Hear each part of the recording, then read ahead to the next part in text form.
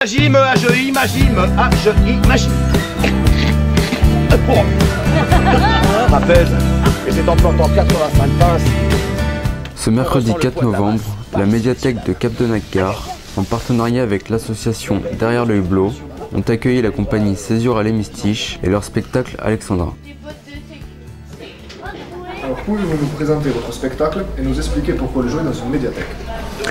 Alors le spectacle s'appelle à plusieurs titres. Le rapport Berthier, le cirque portatif, Alexandra le Grand, enfin bref on joue sur tout un tas de fausses pistes, voilà. La compagnie s'appelle Lonely Circus, basée sur Sète, et puis nous on vient de Toulouse, bon bref c'est un arrangement entre artistes pour un spectacle.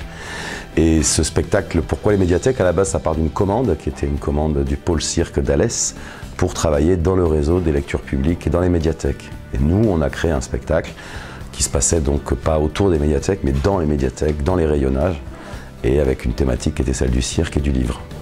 C'est un challenge, ouais, bien évidemment, quoi. Mais bon, nous, Sébastien, lui, fait surtout du cirque. Moi, je suis comédien, même si jamais je viens aussi du cirque, mais plus comédien, et notamment dans le théâtre de rue. Donc, on aime pratiquer des endroits qui ne sont pas les endroits qui sont faits pour le spectacle.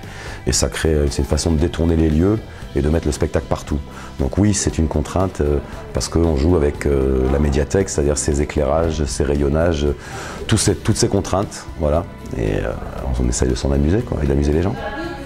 La proximité, pour nous c'est une évidence, en tout cas c'est quelque chose qu'on aime. Ça exclut pas, bien évidemment, c'est complètement différent de jouer devant 800 personnes.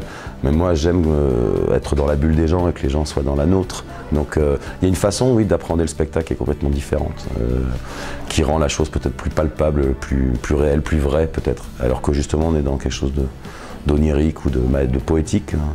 Il y a une forme de vérité, alors du coup ça crée un paradoxe entre justement cette vérité, cette poésie, quoi.